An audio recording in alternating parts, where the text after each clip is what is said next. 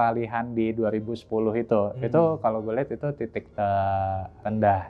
Ya, kenapa? Karena waktu itu rugi cukup besar, dan itu hasil usaha yang tadi tuh. Udah capek-capek jualan, capek-capek kerja, ya kan?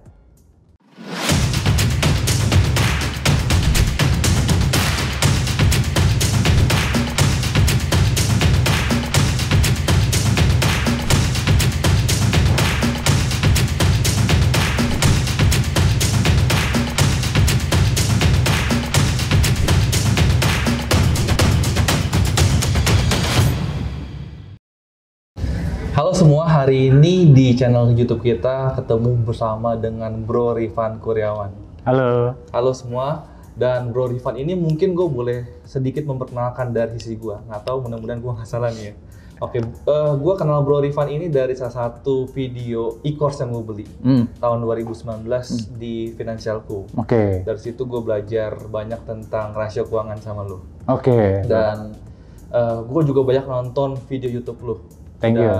Puluhan mungkin yang udah gue nonton bersama anak, sama istri, sama-sama yang lain gue juga nonton. Okay. Dan ini gue kebetulan tahunnya umur 34 tahun, dan lu umur 33 ya? Sekarang 33, nanti Januari 34 juga. Oke. Kita pengen belajar sama orang yang lebih muda daripada kita, tapi yang lebih sukses. Paling tidak lebih sukses. Nah, kan lu udah 13 tahun di market. Dari tahun berapa tuh jadinya? Mulai dari tahun 2008. 2008, dan portfolio growth lu ini kalau nggak salah di atas sekitar 23-27% per tahun. Betul. Suatu angka yang kelihatannya kecil tapi susah banget loh. Betul. Bisa sampai konsisten sekitar 13 tahun. Betul. Nah, hari ini kita pingin belajar sama lu, ingin korek-korek lebih banyak lagi, boleh? Boleh. Oke. Nah, pertama-tama tahun 2016 lu udah mulai financial freedom. Udah sekitar 5 tahun yang lalu. Anak umur 28 udah bisa financial freedom, mungkin pikirnya udah kemana-mana. Mungkin wah, gue udah bisa beli sport car, gue udah bisa jalan-jalan ke luar negeri dan lain-lain. Apa yang lu lakuin saat itu dan step by stepnya gimana sih? Karena mungkin teman-teman yang nonton YouTube ini mungkin sama seperti gue, ada yang bisnis juga, ada yang kerja juga, mungkin kerja kantoran. Pasti kita pingin pensiun dini. Mungkin ada yang umur 40, 55, nggak usah ngomong 28 lah ya. 28 nih udah di luar daripada rata-rata orang. Orang pinginnya ya 40 lah, 45 udah bagus banget. Lu boleh jelasin ya gimana step by step seorang Rifan Kuryawan, seorang mungkin karyawan swasta bisa menjadi financial freedom? Oke, jadi sebenarnya perjalanan gue mulai tahun tuh 2008 waktu itu. Jadi tahun 2008 mulai kenal pasar saham waktu itu. Kuliah berarti? Waktu itu masih kuliah, semester 7. Ya. Nah, waktu itu pas zaman 2008 mungkin bisa dibilang saham itu bukan sesuatu yang keren. Ya. Jadi kalau sekarang mungkin beda nih, 2021 saham itu udah jadi sesuatu yang keren. Betul. Ya kan, wah udah investasi saham. Kalau dulu malah dianggap aneh, ya kan. Nah, gue kebetulan singkat cerita intinya dikenalin sama diajakin sama teman-teman untuk kenal saham, gitu kan. Ya setelah gue pelajari lebih lanjut, belajar tentang investasi juga, terus gue melihat bahwa kok kayaknya ini bisa jadi kendaraan nih buat buat kita bisa lebih sukses lagi. Nah, waktu itu sebenarnya pikiran gue simple. Jadi intinya waktu itu gue bisa bayar kuliah sendiri, itu udah happy banget lah, ya kan, nggak bebanin orang tua. Tapi begitu kan gue masuk 2008 tuh, Bro. Begitu masuk 2008 sempat ngalamin yang GFC, Global Financial Crisis. Tapi begitu di 2009 itu bisa dibilang itu gila banget sih. Jadi secara portfolio itu bisa 2 kali lipat, seriously. Dan gue berpikir, wah gila. Kayak gampang nih. Iya gitu kan. Tapi dari situ sebenarnya gue sempat terkena sempat jatuh juga. Ya, tapi pelajaran yang gue petik adalah ini instrumen yang mungkin gue nggak bisa ketemu di instrumen lainnya nih. Jadi intinya dari situ, dari tahun 2008 gue mulai menerapkan rajin atau mulai rutin untuk investasi. Kalau boleh tahu, dari lu punya money management, misalkan dari gaji lu dapat dulu kan masih mahasiswa, ya. Berarti mungkin dari orang tua, ya. 100%. Berapa persen yang lu mau investasi? Nah, jadi gini, kalau gue waktu itu jujur nggak pakai persen-persenan loh. Gue cuman berpikir yang penting di sehari-harinya gue bisa makan, ya kebutuhan sehari-hari bisa tercukupi. Udah pokoknya sisanya hajar. Ya bahkan ketika itu cuman berjalan beberapa bulan, setelahnya tuh gue balik. Jadi misalkan nih waktu itu kayaknya 1 juta zaman mahasiswa misalkan. Udah gede banget ya kan. Ya udahlah sisanya masukin aja. Nah, waktu mahasiswa juga ada usaha kecil-kecilan bareng teman ya kan.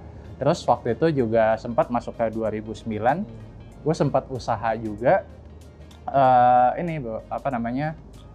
jadi gue impor barang dari Cina. Impor barang dari Cina, kayak dongle TV gitu loh. Dulu kan belum zaman nih, belum zaman smart TV. Jadi gue beli dari Cina, harganya kurang lebih kalau di rata-rata tuh 300.000. Lu jual? 900.000.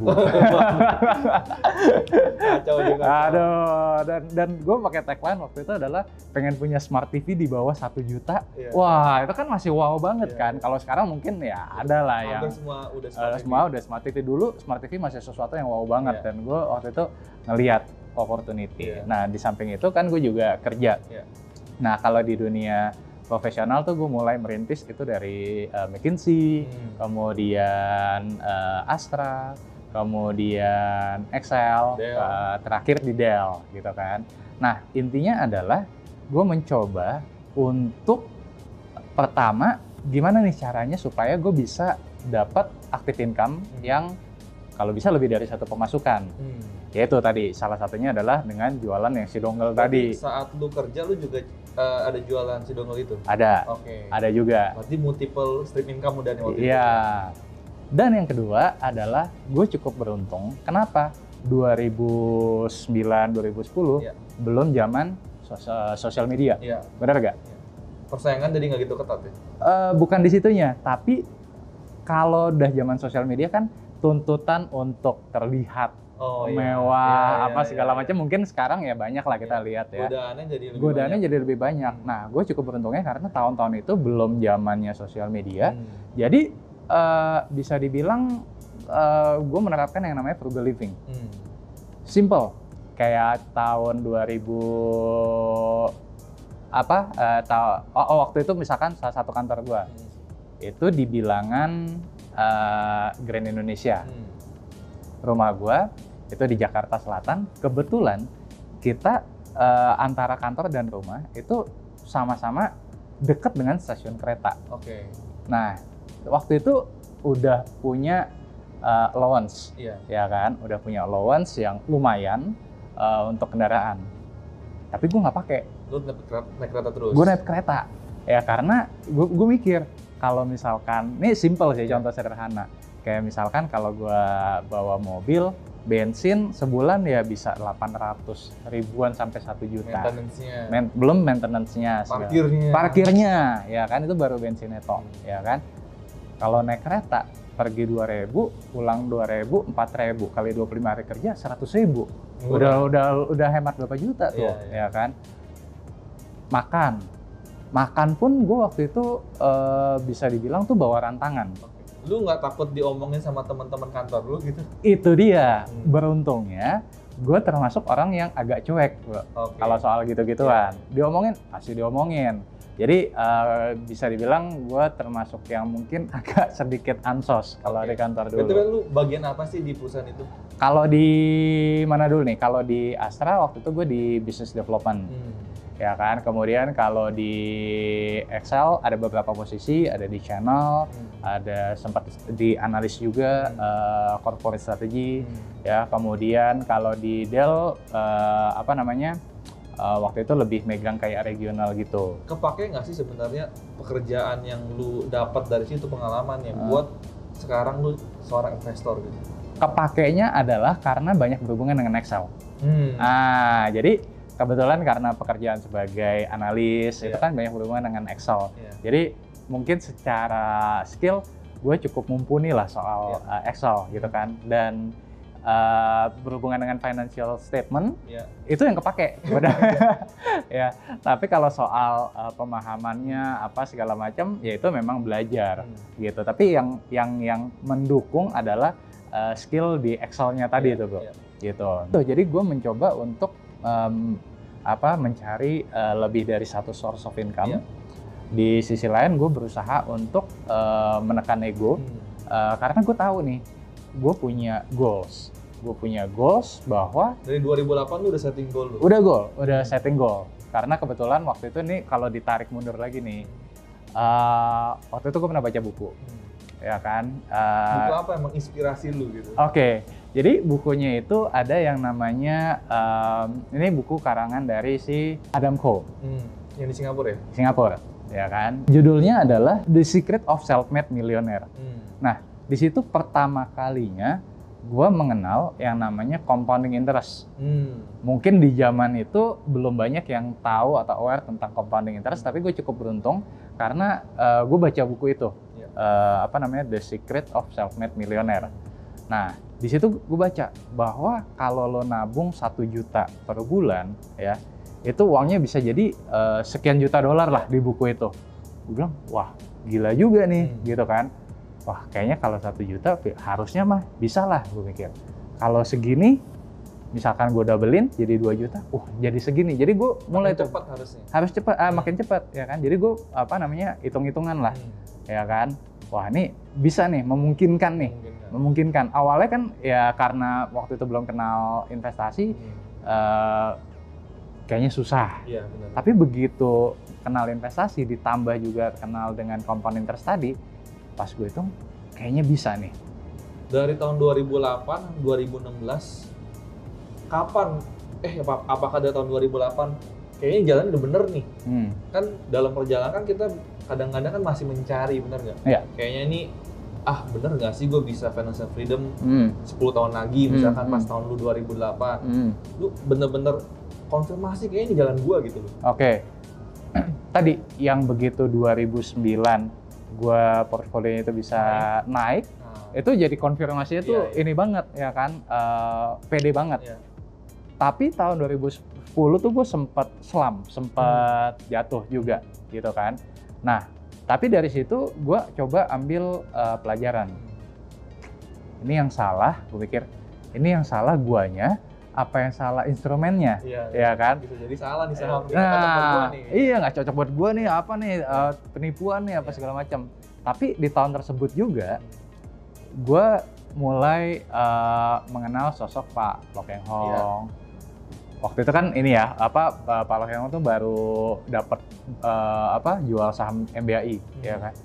Gue bilang, wah gila, Pak Loh Keng Hong aja bisa sampai ribuan persen, gitu kan?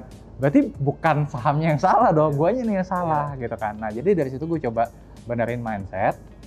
Terus waktu itu gue masih trading gue.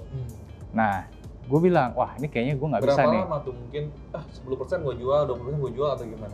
Yang apanya tuh? Yang lu bilang trading itu. Ya, yang gue bilang trading itu intinya sempat jatuh, gue diemin. Ya ada saham lah ya, saham yang depannya B, belakangnya I, saham sejuta umat lah ya.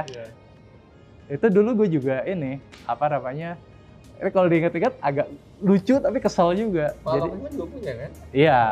Nah, jadi intinya adalah waktu itu si saham B dan belakangnya I ini dulu di harga 8.000, terus waktu itu di harga di 800. Nah, gue dikomporin sama ya adalah perusahaan sekuritas.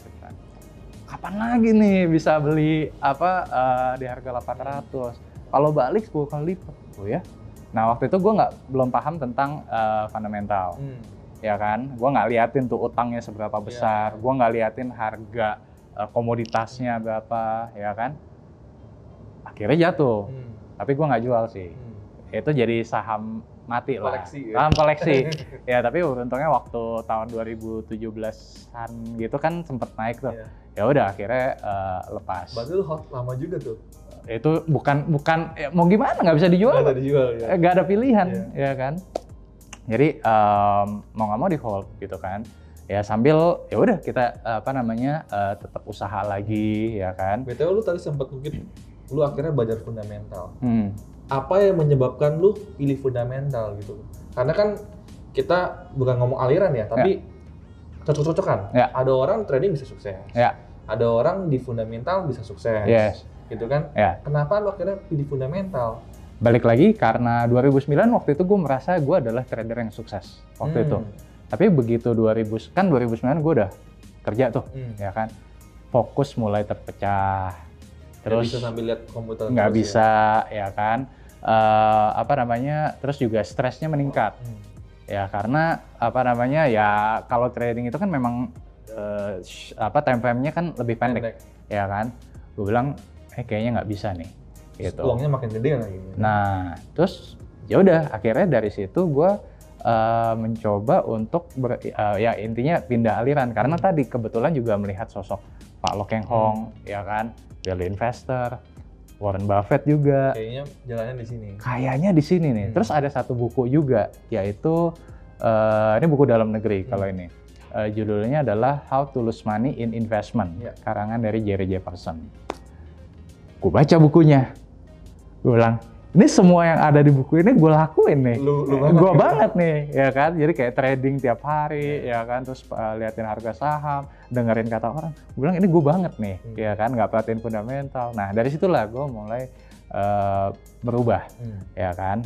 Nah karena waktu itu di Indonesia belum banyak buku-buku tentang fundamental, dan yang muncul mungkin juga nggak banyak gitu kan. Betul, ya kan. Akhirnya gue memberanikan diri untuk ke Singapura, bukan buat jalan-jalan, buat beli buku. Udah, jadi itu kayak kalau gue melihatnya itu adalah turning point gue. Jadi 2010 mulai udah masuk ke 2010 itu. Nah 2010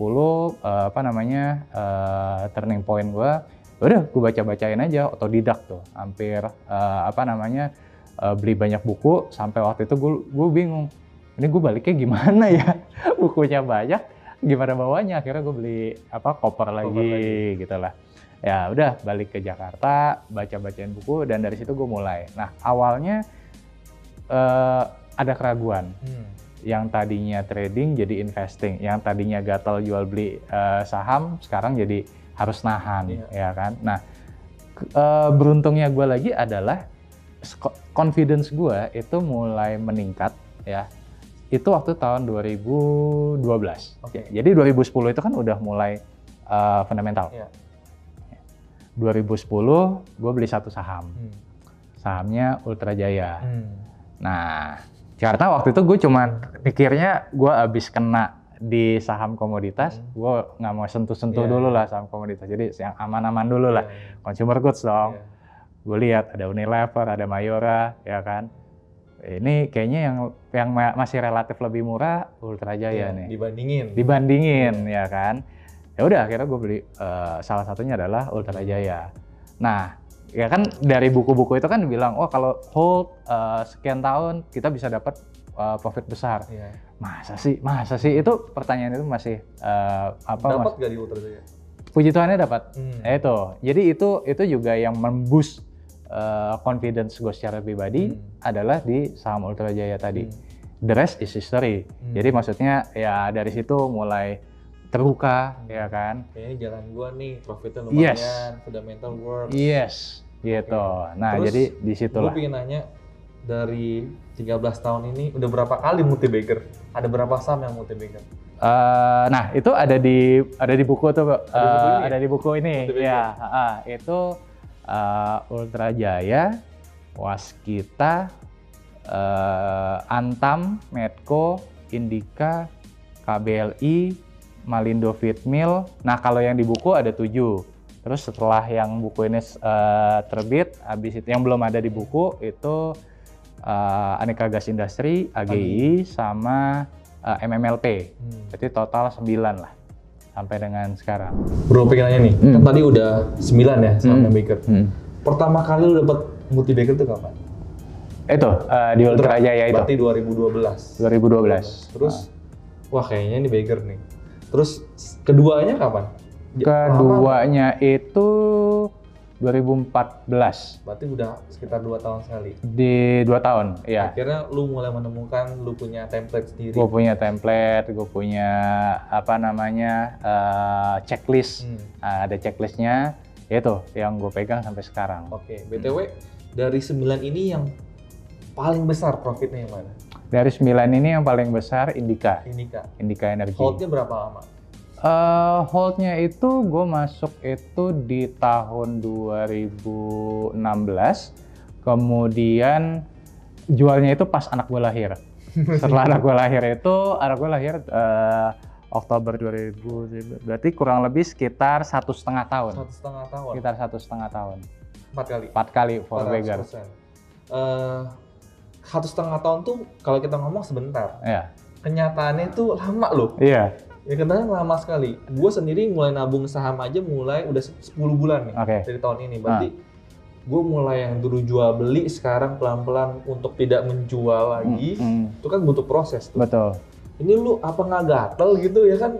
100% aja, wih gila. Target lu, gue nggak tahu target lu berapa persen per tahunnya. Kalau gue target mungkin 20-25% gue udah seneng banget. Kan kalau ini dari target itu udah 4 kali, udah 100%. Lu apa nggak gatel pingin jual gitu? Iya, jadi kalau dibilang gatel sih pasti ada rasa gatel, ya kan? Tapi gue mencoba untuk mensiasatinya adalah dengan membagi ke beberapa portfolio. Nah, jadi apa namanya kayak waktu transisi tuh antara trading dan investing, gue masih menyisakan buat di portfolio trading tadi. Kalau gatel-gatel mainin sih. Iya, sambil ngelatih mental, psikologi, ya kan. Nah, begitu siap baru pindahin ke buat fundamental semua. Nah, sekarang pun juga sama. Sekarang pun kalau gue pribadi itu ada portfolio value stock, kemudian ada portfolio core stock, kemudian ada juga portfolio buat anak nih. Gitu. Nah, jadi kalau misalkan tadi ada nggak keinginan untuk taking profit? Ada pasti. Nah itu gue di yang value stocknya. Jadi value stock ini bukan yang untuk gue hold sampai 5 tahun, 10 tahun, enggak. Tapi kalau misalkan dia sudah tadi mencapai nilai intrinsiknya, gue boleh jual. Nah jadi gue menyalurkannya ke arah sana. Oke. BTW tentang nilai intrinsik nih, gue kan ada ikut tuh punya MIP. BTW yang pingin tahu Bro Rifan ada sama apa aja, mungkin boleh ikut MIP juga ya? Boleh. Nanti mungkin Bro Rifan boleh jelasin MIP itu apa? Oke, boleh. BTW, misalkan ambil contoh aja, misalkan BNI, harga sekarang segini, harga intrinstiknya masih di atas. Belum sampai intrinstik, belum sampai di situ, mungkin udah sempat naik tengah-tengah. Berarti kan kita pikir, wah udah setengah jalan nih misalkan. Iya. Ternyata dia nyungsep. Yes. Gimana nanggapin? Yes, itu memang bagian dari fluktuasi pasar. Lu apa berpikiran, gue jual dulu deh setengah atau gimana? Gue pernah, jadi gini, ketika gue awal masuk ke fundamental, ya kan, gue juga berpikir hal yang sama, bro. Kayaknya bisa nih, kalau misalkan udah naik, belum mencapai nilai intrinsik, gue jual dulu deh. Ntar kalau turun, gue tinggal beli lagi. Mudah dikatakan, tapi sulit dilakukan. Bener. Dan itu udah gue alami, gue mencoba untuk namanya timing the market, ya kan. Gue berpikir bahwa ini harusnya bisa nih, tapi yang terjadi adalah ternyata gue tidak bisa. Nah, dari situ gue karena beberapa kasus, wah ini gue nggak bisa timing the market nih, karena timingnya salah gitu. Misalkan nih, wah naik di atas, begitu ada tanda-tanda turun, gue jual sebagian dengan harapan dia turun, malah naik. Sering kejadian kayak gitu, ya kan? Jadi gue berpikir tidak bisa timing the market. Jadi yang sekarang gue lakukan adalah ya sudah, kalau misalkan memang dia turun, ya either gue hold atau gue menambah posisi lagi.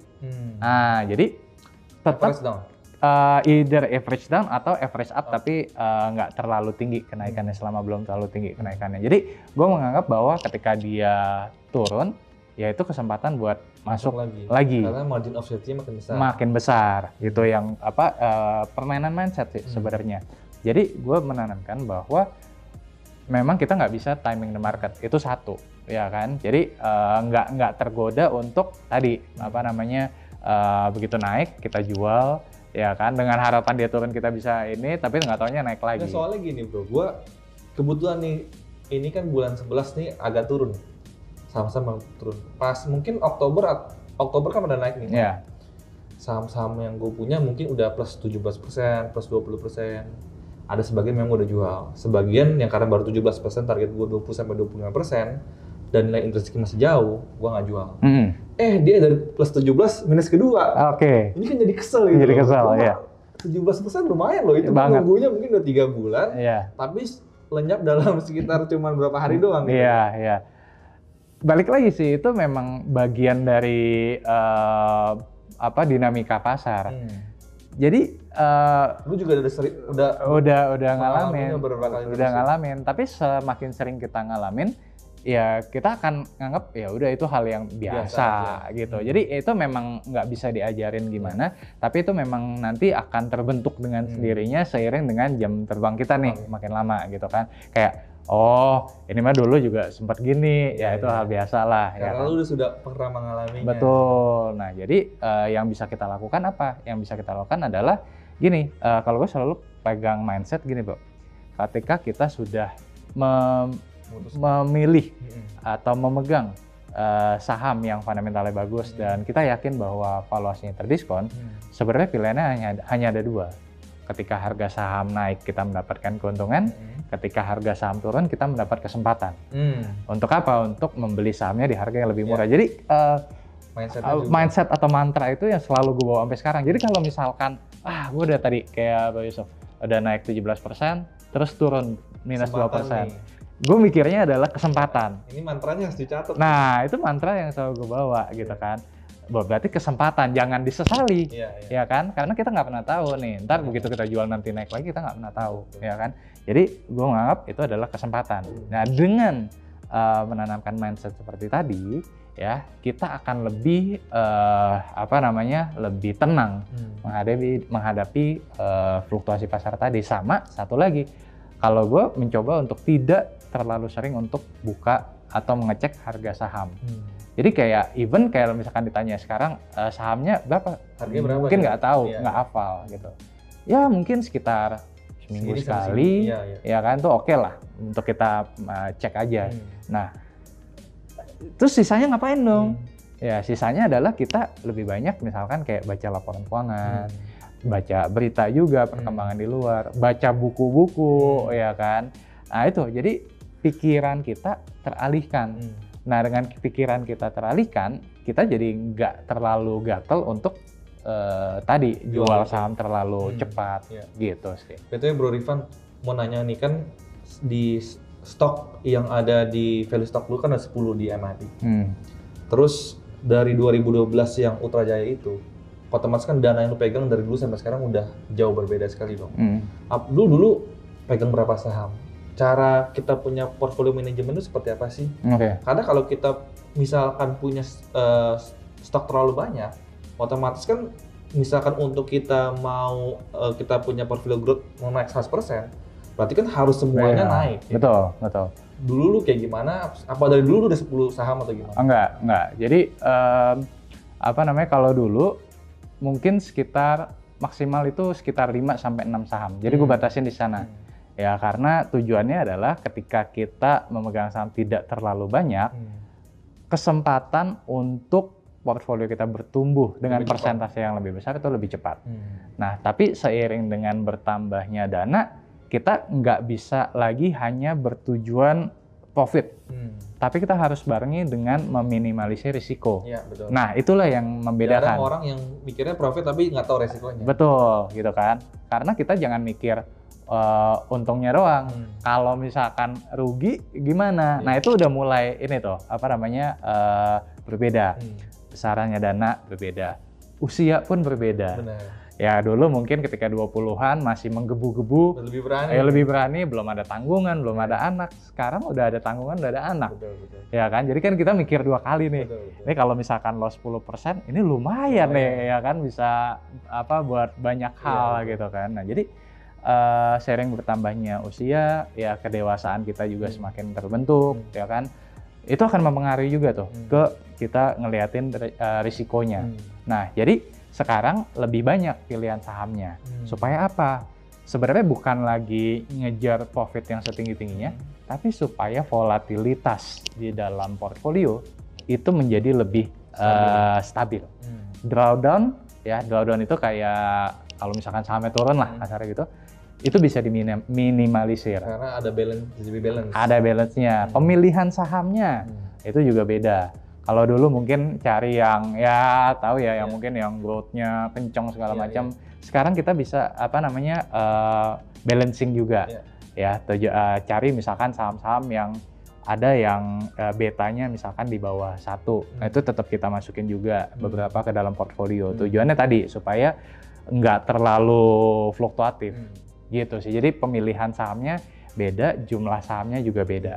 BTW gue pengen nanya, dari 13 tahun di market, Bro Rifan ada nggak titik terendah yang mungkin kayaknya gue nggak mau investasi di saham lagi, kayaknya cukup deh, gue pingin usaha aja, mendingan gue jualan barang aja gitu. Ya, itu tadi yang pas peralihan di 2010 itu kalau gue lihat itu titik rendah.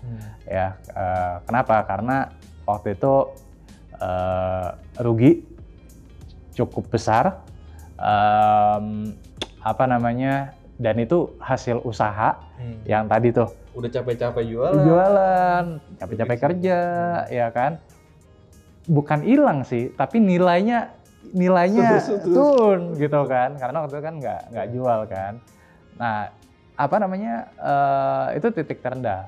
Ya, sempet waktu itu mikir ya itu stop aja ya di saham gitu kan. Tapi beruntungnya adalah di saat itu tadi ngelihat sosok Pak Lo Keng Hong, ngelihat Warren Buffett ya kan. Terus dari situ mulai muncul keberanian lagi bahwa ya tadi bukan kendaraannya nih yang salah, tapi kitanya yang perlu introspeksi gitu. BTW gue pengen nanya lagi, dari 13 tahun ini ada nggak satu saham yang lu hold yang paling lama? Atau jangan-jangan dari 2008 ada sampai sekarang lu keep? Ada good case, ada bad case.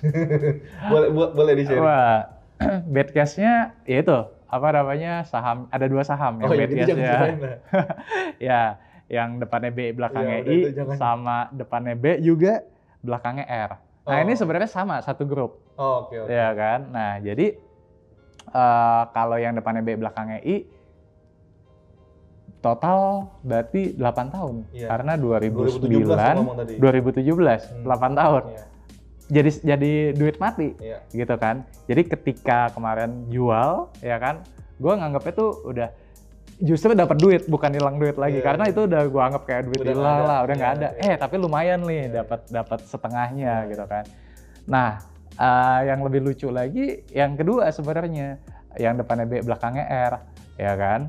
Dulu waktu 2009 beli di 51 perak.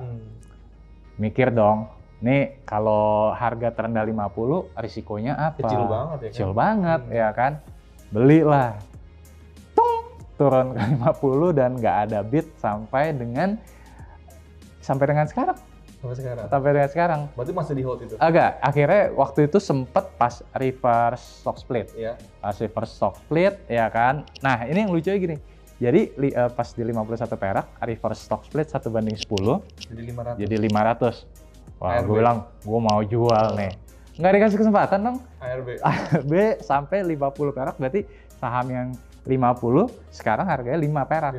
Nah, sempat waktu itu ada ada katalis positif segala macam, harganya naik ke 52, 53. Gue jual. Sekarang 50 lagi. Oke, itu yang bad case-nya. Ya. Yang ada nggak yang sampai sekarang kayaknya ini gue bakal hold forever misalnya? Ya, ada. Ya, salah satunya itu saham Bank BRI. Buat anak ini? Ya, enggak, kalau yang buat anak itu baru yang core stock. Oke. Yang di core stock ini. Ya, di core stock ini berarti sekitar 7 tahun ya berarti sekarang. 7 tahun itu berarti di saat 2020 kemarin pas lagi pandemi ikut turun juga? Ikut turun juga pasti.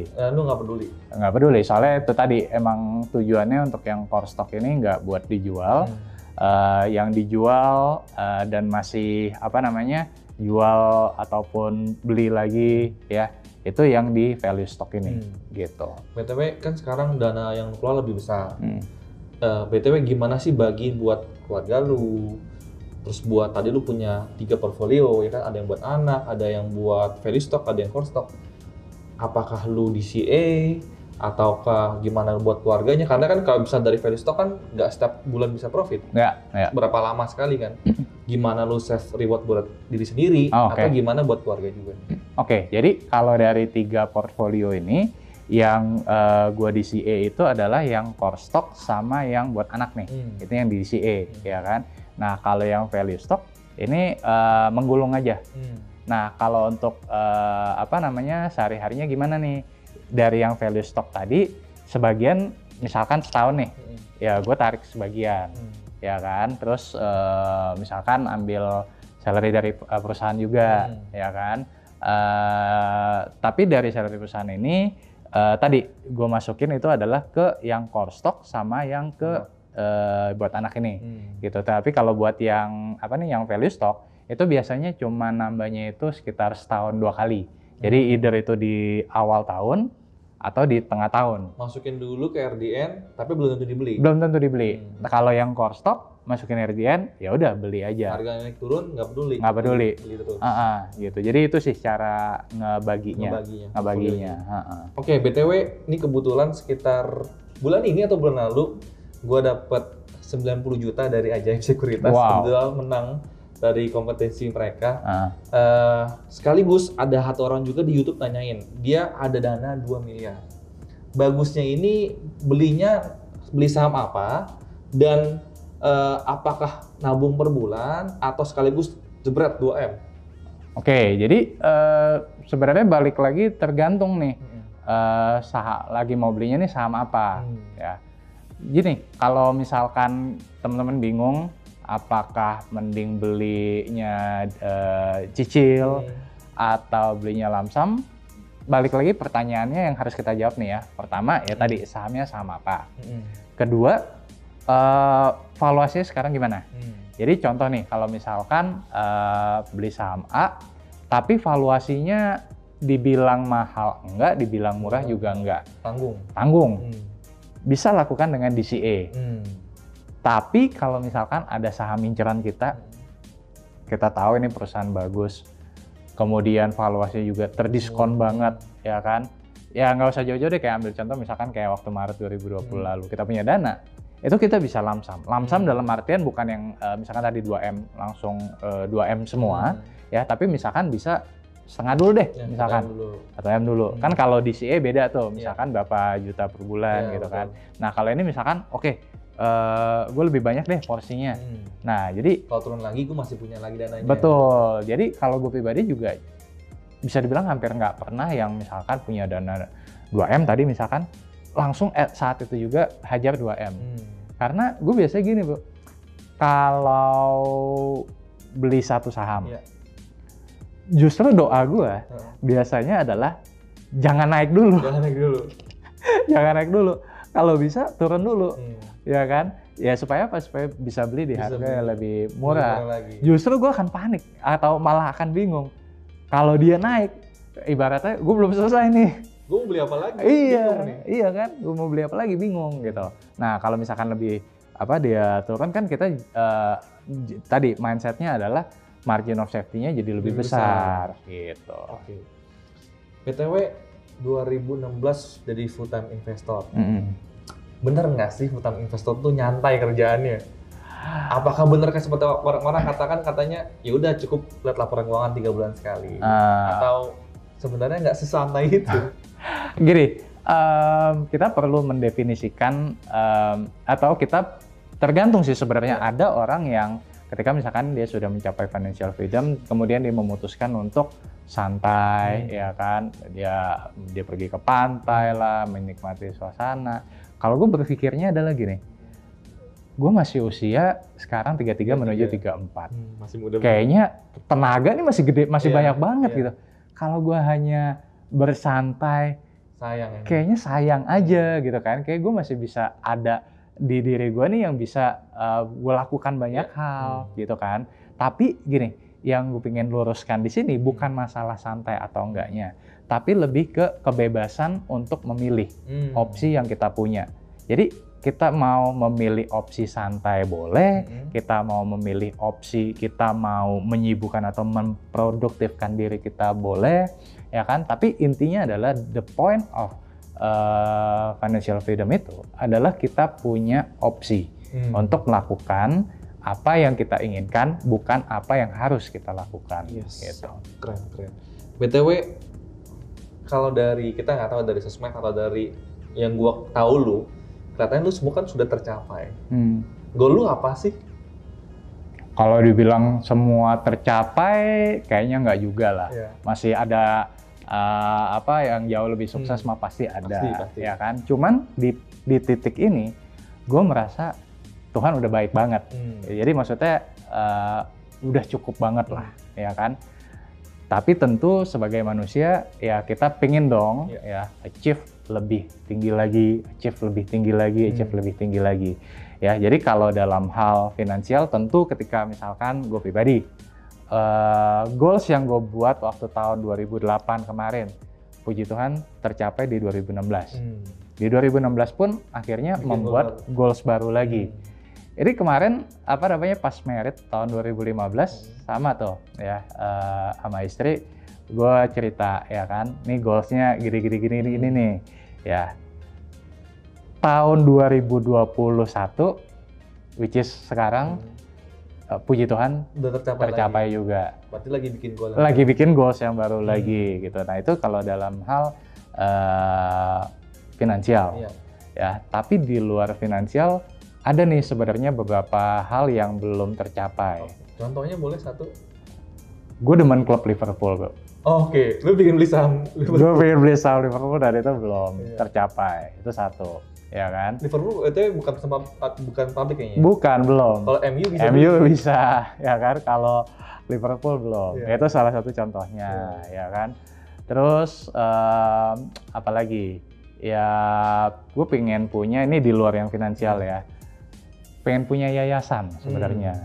Gue pengen tuh kayak bener, ya kan? Kayak Bill and Melinda Gates Foundation, ya kan? Nah, itu juga belum tercapai gitu. Terus ya hal-hal itu sih yang gue rasa masih banyak kok yang gue belum tercapai sekarang, masih banyak banget. Kita doakan mudah-mudahan tercapai ya. Amin. BTW gue pengen nanya, ini kan gue sekarang lagi di kantor lu dan gue lihat ada belasan tim lu di gedung ini ya. Tujuan lu bikin ini apa gitu? Tujuan bikin ini? Oke. Karena kan ya udah nyapai kan, bisa aja lu usaha atau lu ngapain. Kenapa lu bikin tim ini gitu? Kan secara nggak langsung nih kalau dari gua expense sebenarnya. Ya. Jadi gini, kan gue mulai dari saham itu kan 2008. Jadi sebenarnya salah satu passionnya itu ada di saham, ya kan. Dan ketika tadi 2016 tercapai financial goals tadi, kita punya opsi. Nah waktu itu juga sama. Waktu itu gue kayak oke, gue udah resign. Gue mau ngapain nih, ya kan? Gue waktu itu simply awal itu mulai dari ngeblog. Mulai dari ngeblog, ya kan? Nulis tentang artikel. Terus mulai ada yang suka, ya kan? Mulai ada yang suka. Kok tulisannya bagus, segala macem, ya kan? Mau dong belajar lebih lanjut, ya udah. Misalkan waktu itu bikin kelas. Waktu itu kelasnya bukan yang ini juga, tapi kayak misalkan kita bikin berempat atau berlima. Komunitas kecil, ya kan. Terus waktu itu ada dari tim dari bursa ngajakin bikin kelas, ya kan. Terus mulai tuh dari situ banyak yang request segala macam. Ya udah kita bikin gitu kan. Terus gue berpikir, ini kayaknya bisa jadi saluran untuk menyalurkan passion gue. Ya sebenarnya bukan cuma passion sih, lebih tepatnya adalah kalau mungkin teman-teman pernah dengar ikigai. Iya, tahu. Ini adalah ikigai gue. Ya jadi ikigai itu kan mungkin ya teman-teman mungkin tahu lah ya what the world needs, what the world want to pay what you good at gitu-gitu kan. Nah setelah gue dalamin, ini kayaknya ikigai gue nih. Dan lu memang jago di bidang ini kan? Iya gitu kan. Ya udah, why not gitu. Jadi gue memutuskan untuk bikin RK Team gitu. Mulai kapan? Kalau startnya tadi 2017, ya 2016 itu udah mulai ngerintis, tapi baru mulai bentuk tim segala macam itu 2017-nya, gitu. Sampai sekarang makin lama makin besar. Ya puji Tuhannya. Ada yang tim analis tadi ya? Ada tim analisnya. Video editor. Soalnya ya itu apa namanya? IPO makin banyak, kan, terus juga saham makin banyak, informasi juga lebih cepat. Kayaknya otak gue udah mulai udah mulai terbatas nih, ya kan. Jadi butuh bantuan teman-teman di RKTM buat ya menyaring, ya kan, karena juga nggak semua informasi perlu kita masukin, yang ada nanti malah jadi sampah kan. Nah itu jadi apa namanya dengan ada teman-teman di RKTM ini ngebantu banget sih, gitu. BTW dari awal kita udah ngomongin tentang saham. Menurut lu ini kan harusnya instrumen terbaik. BTW lu ada diversifikasi nggak, misalkan kripto, kan berapa tahun ini kripto lagi hype gitu kan? Atau mungkin ke crowdfunding atau P2P lending? Ada.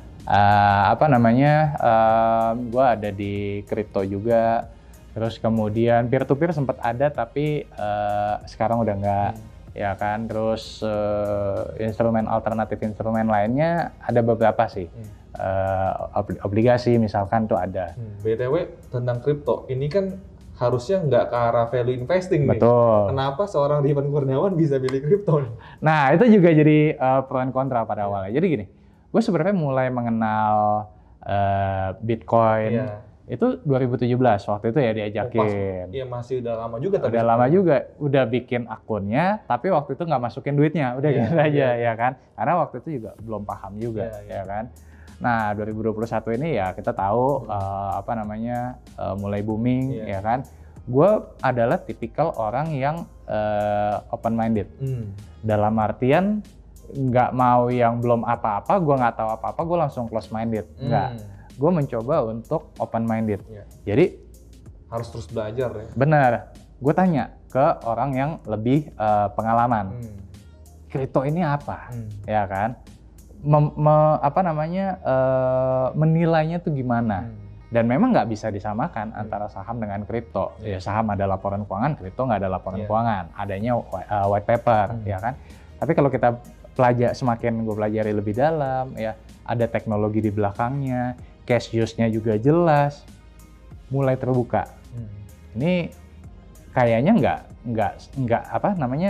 bukan hal yang harus dihindari, ya kan? Tapi balik lagi nih, karena gue pribadi 13 tahun di saham, di kripto ya mungkin baru 1 tahun. Ya jelas tingkat confidence gue masih lebih besar di saham. Jadi secara alokasi dana pun juga nggak terlalu banyak. Ya nggak terlalu banyak yang di kripto gitu. Oke bro, pertanyaan terakhir dari gua. Kebetulan gua tahun ini memutuskan untuk menabung saham. Jadi setiap bulan gua konsisten menyisihkan penghasilan gua sekitar 30% dari pendapatan gua nabung di sekitar 10 saham. Dan gua udah jalanin so far, nggak bilang bagus-bagus banget, cuman portfolio gua nggak sampai minus juga. Nah, Lukas ini udah 13 tahun nih menggunakan value investing. Menurut lu di sekarang akhir penutupan tahun 2021, value investing itu masih bisa dipakai nggak sih? Masih real nggak sih? Oke. Nah, jadi ini pertanyaan yang banyak juga nih ditanyain. Karena kan mungkin kalau teman-teman ngikutin sosial media, sempat panas tuh di pertengahan tahun. Ya kan, ada yang bilang value investing udah nggak relevan lagi. Karena kan kenapa bisa bilang gitu? Karena waktu itu saham-saham new economy level turun, turun. Ya, jadi yang saham-saham new ekonominya naik, old ekonominya turun, ya kan. Meskipun belakangan ya udah kebalik arahnya lagi gitu kan, old ekonominya naik, new ekonominya turun. Nah, gini, kalau ditanya apakah value investing masih relevan atau tidak, gue perlu kasih gambaran sedikit nih. Jadi value investing itu sendiri mengalami evolusi, bro. Jadi kalau dulu value investing itu lebih dikenal dengan istilahnya deep value investing atau cigarette investing, ya. Jadi mencari saham yang semurah mungkin. Nah, to be honest, gue pribadi juga melihat bahwa deep value investing ini udah nggak terlalu relevan. Why? Ada 2 penjelasan. Yang pertama adalah karena di deep value investing kan mencari saham yang bahasa agak teknisnya nih, mencari saham yang dihargai di bawah NCAV-nya, Net Current Asset Value-nya, ya kan? Nah, kalau dulu pas zamannya Benjamin Graham itu lebih mudah ditemukan. Sekarang makin lama makin dikit. Sekarang makin lama makin sedikit ya. Kenapa? Karena teknologi makin maju. Pakai screener udah langsung ketemu, ya kan? Kalau dulu mungkin Benjamin Graham nggak perlu belum zamannya screener, analisa satu persatu, wah ketemu nih, ya kan? Nah kalau sekarang dalam hitungan menit udah ketemu, ya kan? Terus jumlah investornya juga makin banyak, ya kan? Jumlah investornya makin banyak. Sama dulu waktu Benjamin Graham kan waktu itu ada Great Depression 1929, ya kan? Jadi semua saham jatuh, jadi murah banget. Nah sekarang apa? COVID cuman berapa bulan kemarin jatuhnya, langsung naik lagi, ya kan? Kalau GFC 2008 nggak nyampe setahun udah naik lagi. Kalau waktu yang 1929 Great Depression butuh waktu tahunan, jadi kesempatan untuk mendapatkannya lebih besar. Nah, sekarang ini lebih ke yang kedua nih, gue sebutnya adalah modern value investing. Bedanya apa? Bedanya adalah kalau dulu yang si Gearbest investing ini mencari saham yang semurah mungkin, kalau di yang modern value investing ini lebih ke mencari good companies with reasonable price. Nah, jadi bukan lagi yang harga murah banget. Perusahaannya dulu ya. Perusahaannya dulu. Nah, itu bedanya. Warren Buffett pun juga sama. Dulu Warren Buffett anti saham teknologi. Tapi 2016 dia beli saham Apple. Secara valuasi dibilang mahal enggak, dibilang murah juga enggak. Tapi hold sampai sekarang dia. Tapi hold sampai sekarang. PE-nya waktu itu pas dia beli, gue coba pelajarin 16 PE. Ya wajar lah ya. Ya maksudnya enggak yang bukan wajar, udah tinggi tuh. Iya, tapi kalau dibandingin sama sekarang lebih tinggi lagi, sekarang 40-an, ya kan. Tapi menurut Warren Buffett, Apple is a wonderful company. Nah, jadi dari situ yang membedakan. Nah sama, gue pun juga demikian. Gue lebih mencari saham-saham yang fundamentalnya bagus, nggak perlu dihargai di PE 5, nggak perlu dihargai di PBV 0,5. Bahkan dalam beberapa kasus yang gue ceritakan tadi, bisa gue membelinya di PE belasan kali juga. Gitu. Tapi itu dikompensate dengan pertumbuhan. Nah ini juga yang membedakan nih, kalau di value investing, dia ignore terhadap growth. Karena dia fokusnya adalah di balance sheet. Tadi, mencari saham yang di bawah net current asset value-nya. Fokusnya di balance sheet. Nah, kalau yang modern value investing, dia lebih fokusnya adalah ke growth-nya juga. Growth per tahunnya ya? Growth per tahunnya, ya kan? Tapi beda juga dengan kalau yang typical growth investor murni, kan dia mencari saham yang growth-nya di atas rata-rata, regardless of valuation. Nah, kalau yang modern value investing, mencari lebih seimbang nih. Perusahaan yang growing, tapi reasonable price. Harganya masih oke, valuasi masih masuk akal. Nah itu yang, jadi kalau ditanya, yes, yang deep value investing mungkin agak susah sekarang karena penjelasan tadi. Tapi kalau modern value investingnya jelas masih gitu. Karena ya apalagi yang mau kita cari, ya kan? Kita kan nyari perusahaan yang bagus, yang bertumbuh, tapi valuasi masih masuk akal. Kalau valuasi kalau harga turun lebih murah lagi. Lebih murah lagi. Tapi kalau misalkan valuasinya gila-gilaan ya kita nanti dulu deh. Ini bukan di bucket listnya kita, gitu. Oke. Thank you buat Bro Rifan hari ini udah ngobrol banyak dan gue juga belajar banyak. Mudah-mudahan teman-teman di YouTube juga belajar banyak. Amin. Next mungkin kalau ada waktu kita ngobrol lagi bisa sharing ke teman-teman lagi. Oke. Thank you. Thank you. Bye-bye semua.